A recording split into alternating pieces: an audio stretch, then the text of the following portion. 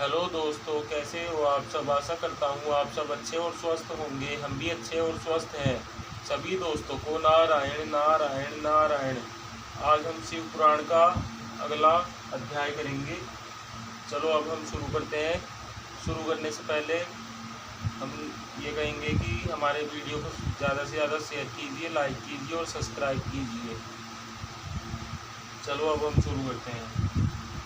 जय हो ब्रह्मा विष्णु महेश, आपकी सदा ही जय जय होवे।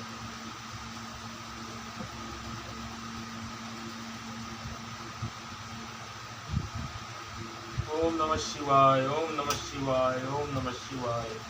जय हो माँ शिव पुराण की जय। जय हो गणेश जी महाराज की जय, शिव जी महाराज की जय, माता पार्वती की जय, नंदी महाराज की जय। आज का हमारा 7वां अध्याय है।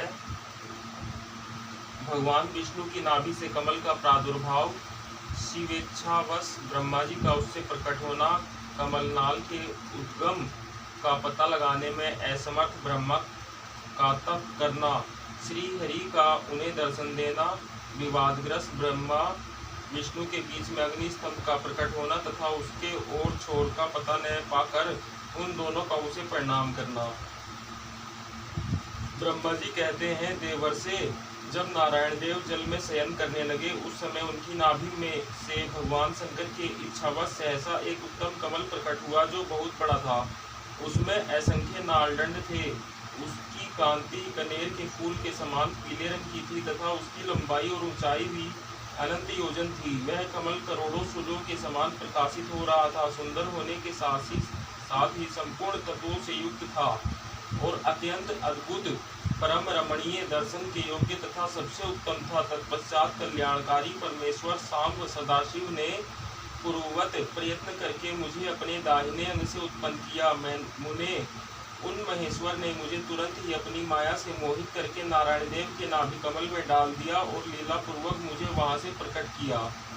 इस प्रकार उस कमल से पुत्र के रूप में मुझे हिरण्यगर्भ का जन्म हुआ। मेरे 4 मुख हुए और शरीर की कांति लाल हुई। मेरे मस्तक त्रिकुंड की रेखा से अंकित थे। तात भगवान शिव की माया से मोहित होने के कारण मेरी ज्ञान शक्ति इतनी दुर्बल हो रही थी कि मैंने उस कमल के सिवा दूसरे किसी को अपने शरीर का जनक या पिता नहीं जाना। मैं कौन हूँ, कहाँ से आया हूँ, मेरा कार्य क्या है, मैं किसका पुत्र होकर उत्पन्न हुआ हूँ और किसने इस समय मेरा निर्माण किया है। इस प्रकार संशय में पड़े हुए मेरे मन में यह विचार उत्पन्न हुआ, मैं किस लिए मोह में पड़ा हुआ हूँ। जिसने मुझे उत्पन्न किया है उसका पता लगाना तो बहुत सरल है। इस कमल पुष्प का जो पत्रयुक्त नाल है उसका उद्गम स्थान इस जल के भीतर नीचे की ओर है। जिसने मुझे उत्पन्न किया है वह पुरुष भी वही होगा, इसमें संशय नहीं है। ऐसा निश्चय करके मैंने अपने को कमल से नीचे उतारा। मुने मैं उस कमल की एक नाल में गया और सैकड़ों वर्षों तक वहां भ्रमण करता रहा, किंतु कहीं भी उस कमल के उद्गम का उत्तम स्थान मुझे नहीं मिला। तब पुनः संशय में पड़कर मैं उस कमल पुष्प के जाने को उत्सुक हुआ और नाल के मार्ग से उस कमल पर चढ़ने लगा। इस तरह बहुत ऊपर जाने पर भी मैं उस कमल की कोष को न पा सका। उस दशा में मैं और भी मोहित हो उठा।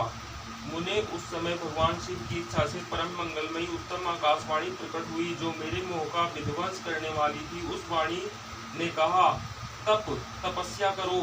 उस आकाशवाणी को सुनकर मैंने अपने जन्मदाता पिता का दर्शन करने के लिए उस समय पुनः प्रयत्न पूर्वक 12 वर्षों तक घोर तपस्या की। तब मुझ पर अनुग्रह करने के लिए ही 4 भुजाओं और सुंदर नेत्रों से सुशोभित भगवान विष्णु वहां सहसा प्रकट हो गए।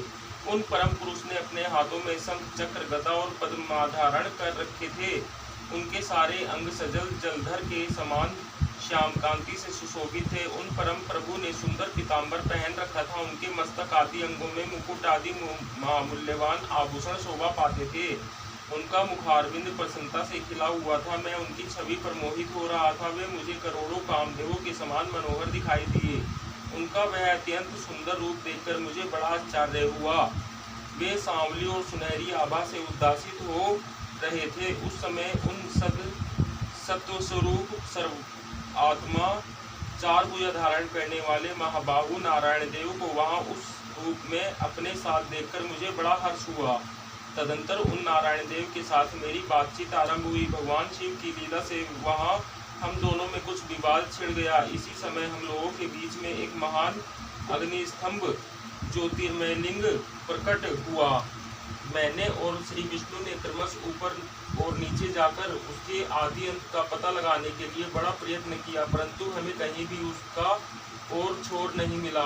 मैं थककर ऊपर से नीचे लौट आया और भगवान विष्णु भी उसी तरह नीचे से ऊपर आकर मुझसे मिले। हम दोनों शिव की माया से मोहित थे। श्री हरि ने मेरे साथ आगे पीछे और अगल बगल से परमेश्वर शिव को प्रणाम किया। फिर वे सोचने लगे, यह क्या वस्तु है, इसके स्वरूप का निर्देश नहीं किया जा सकता, क्योंकि न तो इसका कोई नाम है और न क्रम ही है। लिंग रहित तत्व ही यहाँ लिंग भाव को प्राप्त हो गया है।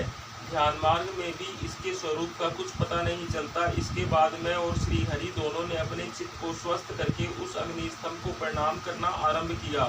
हम दोनों बोले, महाप्रभु, हम आपके स्वरूप को नहीं जानते। आप जो कोई भी क्यों न हो, आपको हमारा नमस्कार है। महेशान, आप शीघ्र ही हमें अपने यथार्थ रूप का दर्शन कराइए। मुनि श्रेष्ठ इस प्रकार अहंकार से आविष्ट हुए। हम दोनों ही वहां नमस्कार करने लगे। ऐसा करते हुए हमारे 100 वर्ष बीत गए।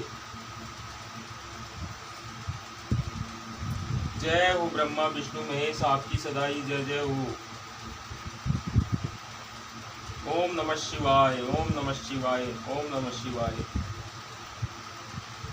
दोस्तों, आज के लिए इतना ही। कल हम आपको अध्याय 8 सुनाएंगे। सभी को नारायण नारायण नारायण।